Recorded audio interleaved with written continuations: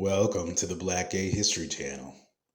Please share this video and subscribe to this channel for more captivating content. Gigantic trigger warning. Y'all, I had to work my way up to watch the 2011 documentary Bayou because unfortunately I have my own trauma and feels like these can be quite triggering for me, but I knew I needed to watch this and alert you fellow historians watching to this important documentary. Unfortunately, not all Black gay history is good history, and Bayou Blue is a chilling documentary about a serial unaliver in Louisiana, USA, who targeted Black gay men. Though not all of his 23 victims were Black men, the majority of his victims were Black and gay or bi.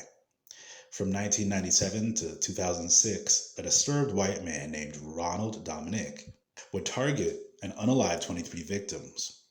I only know about this horrendous case now because I ran across this film on Tubi earlier this year, which goes to show that crimes against Black gay men are underreported and not publicized nearly enough. The film starts off introducing the viewer to the small Louisiana towns alongside the literal bayou and how the culture of small towns living beside the water made for a close-knit community with a shared Cajun culture. Though these towns like Houma and Bayou Blue are near the major city, New Orleans, this area is still pretty isolated. As we know, New Orleans has a strong gay community, and many of the victims had likely met Ronald Dominic near the gay bars in New Orleans. We soon meet family members of many of the victims, like Wayne Smith, who was found in the bushes, and his brother had to identify him. Smith was still in high school when his life was taken. Many of these victims were brutalized by Dominic, and detectives and investigators had to figure out how he overpowered so many men. Dominic is a large man, but I also believe that he was in a sexual situation with most of these men and attacked them when they were already being intimate. Oliver Banks was found off the side of a highway, and many suspect that he encountered and left with Dominic from one of the gay bars in New Orleans. Sadly, family members of victims like Nicholas Pellegrin believes that Nick was straight and would never be in a sensual situation with Ronald Dominic, which of course is possible. But why would many of these men go off into private places with someone they barely know unless substances or sexual favors was on the table? What's disheartening about these stories is many of these men dealt with addictions, and when their bodies were being found, that was a primary focus in the local news, which made the victims' families feel that the victims were being painted as homosexual drug addicts, which didn't help the victims find justice. Nick Pellegrin's mother rightfully asks why it took 23 men and nearly 10 years for them to find who was behind this horror. We have seen this in history before, where gay serial unalivers like Jeffrey Dahmer target men of color, and the police are slow to investigate because they don't care about the gay and bisexual victims they targeted. Ronald Dominic preferred Black men, and one of his victims, Ricky Wallace, survived one of his attacks. And when he heard about one of the victims' bodies being found, which was someone he actually knew, he came forward and spoke to the police about the nightmares he was experiencing after being captured and how he got away.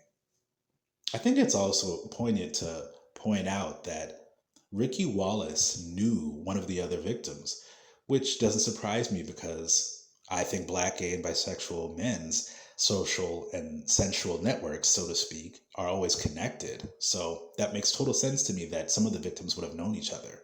A consistent theme I've seen in this film is the denial of gay intimacy with many of the victims and their families.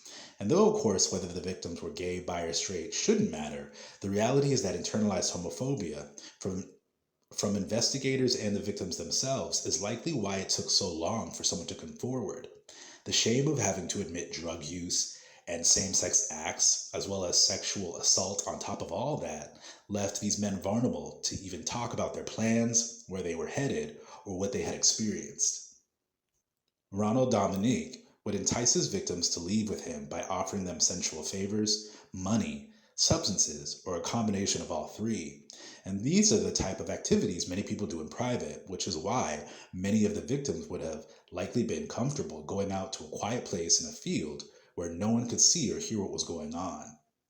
I'm only halfway through this film and needed to take a break because it was a lot for me to watch. But I do think it's important we black gay men and LGBTQ people in general know about these terrifying stories because it's a sobering reminder that not everyone we come across means us well, and that our families knowing who we really are can possibly help us survive in the future. When you hear the number 23, it's already jarring. But when I saw the list of the victims' names, it's truly staggering to believe that he got away with this for a decade and took 23 souls. Now, the families can feel however they want to feel about this man, but the fact that he refuses to admit guilt and said that all these men threatened him, and that's why he had to do it, is the most infuriating audacity I've ever heard. But what else can you expect from a psychopath? Accountability? Obviously not.